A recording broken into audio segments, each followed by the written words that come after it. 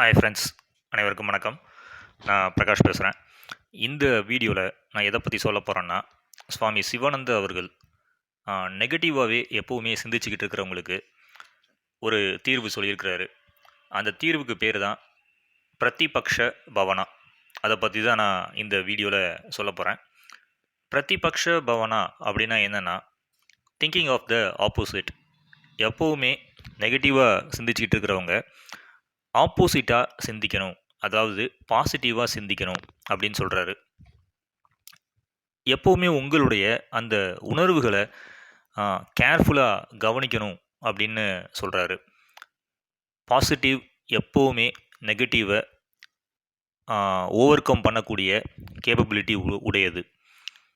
Positive mind set ரொம்ப ரொம்ப முக்கியம் வாழ்க்கை போராட்டத்தை எதிர்த்து போராடுறதுக்கு.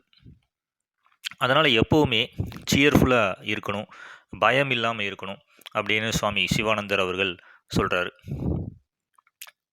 எப்போல்லாம் ஒரு டிப்ரெஷனில் மாட்டிக்கிட்டு இருக்கீங்களோ, எப்போல்லாம் ஒரு கவலைகள் உங்களை ஆட்கொள்ளுதோ, அந்த டைம்லலாம் இல்லை, இந்த கவலைகளால் என்னை எதுவும் செய்ய முடியாது, இந்த சூழ்நிலைகளால் என்னை எதுவும் செய்ய முடியாது, நான் எப்போவுமே சியர்ஃபுல்லாக தான் இருப்பேன், மகிழ்ச்சியாக தான் இருப்பேன், சந்தோஷமாக தான் இருப்பேன் அப்படின்னு உங்களுடைய அந்த ஆழ் மனசுக்கு, அந்த சப்கான்ஷியஸ் மைண்டுக்கு சொல்லணும் அப்படின்னு சுவாமி சிவானந்தர் அவர்கள் சொல்கிறாரு. நீங்கள் லவுடராக அதை எழுதி கூட வச்சுக்கலாம் அப்படின்னு அவர் சொல்கிறாரு. லவுடராக ரீட் பண்ணலாம். அதாவது நான் இன்றைக்கி மகிழ்ச்சியாக தான் இருப்பேன், இன்றைக்கி நாள் முழுக்க சந்தோஷமாக இருப்பேன், என்ன சூழ்நிலைகள் வந்தாலும் நான் எதிர்த்து போராடுவேன், தைரியமாக இருப்பேன், மகிழ்ச்சியாக இருப்பேன் அப்படின்னு நீங்கள் எழுதி வச்சுக்கிடலாம்.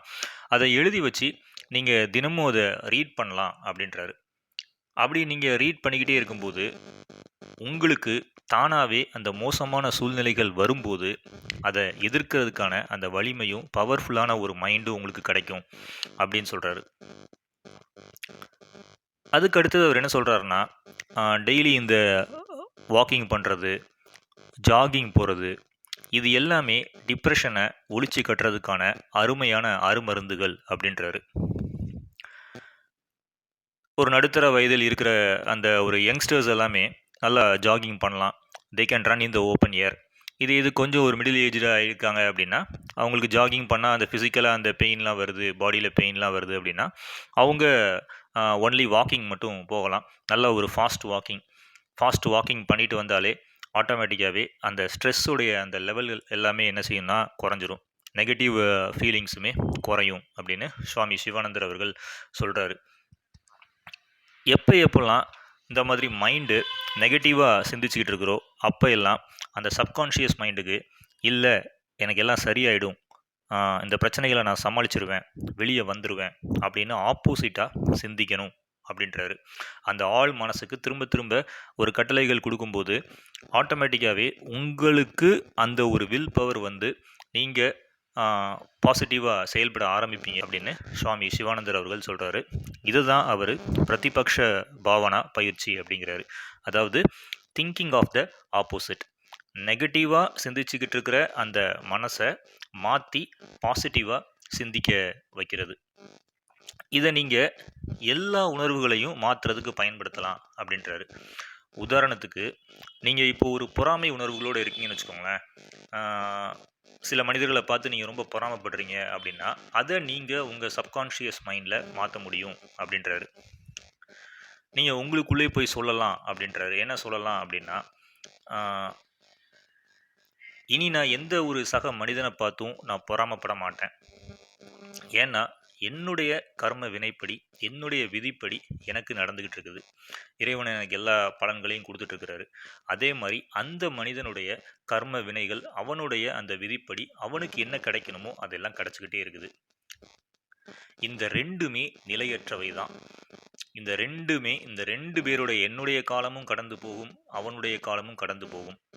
அதனால் நான் இந்த நிமிடத்திலிருந்து பொறாமை உணர்வை நான் கைவிட்டுறேன் அப்படின்னு ஆப்போசிட்டாக நீங்கள் உங்களுடைய அந்த ஆழ் மனசுக்கு டெய்லி கட்டளை இட்டுக்கிட்டு இருக்கீங்க அப்படின்னா, ஆட்டோமேட்டிக்காகவே உங்களுடைய அந்த பொறாமை உணர்வு மறைஞ்சிரும். உங்களுக்கு தேவையான அந்த ஒரு அமைதியும் நிம்மதியும் உங்களுக்கு கிடைக்கும் அப்படின்னு சுவாமி சிவானந்தர் சொல்கிறாரு. அப்போது இதே மாதிரி தான் ஒவ்வொரு நெகட்டிவ் ஃபீலிங் அதை மாற்றுறதுக்கு, அதை பாசிட்டிவாக மாற்றணும். ஒரு ஒரு நெகட்டிவ் உணர்ச்சிகள் நிறைய இருக்குது. மனிதனுக்கு ஒரு கோபம் அதிகமாக வரும். அதுக்கப்புறம் இந்த பொறாமை உணர்வு இருக்குது. இன்னும் பலவிதமான நெகட்டிவ் ஃபீலிங்ஸ், நெகட்டிவ் உணர்ச்சிகள் ஒரு மனிதனுக்குள்ளே இருக்குது. அதை நீங்கள் பாசிட்டிவாக மாற்றுறதுக்கு இந்த பிரதிபக்ஷ பாவனா, thinking of the opposite, subconscious மைண்டுக்கு கட்டளைகள் தொடர்ந்து இட்டுக்கிட்டே இருக்கும்போது ஆட்டோமேட்டிக்காகவே நீங்களும் பாசிட்டிவாக இயங்க ஆரம்பிப்பீங்க அப்படின்னு சுவாமி சிவானந்தர் அவர்கள் சொல்கிறாரு. என்னுடைய அடுத்த வீடியோவில் நான் வேறு ஒரு நல்ல பதிவோட உங்களை வந்து சந்திக்கிறேன். அது வரைக்கும் உங்களிடமிருந்து விடைபெறுவது பிரகாஷ். நன்றி, வணக்கம்.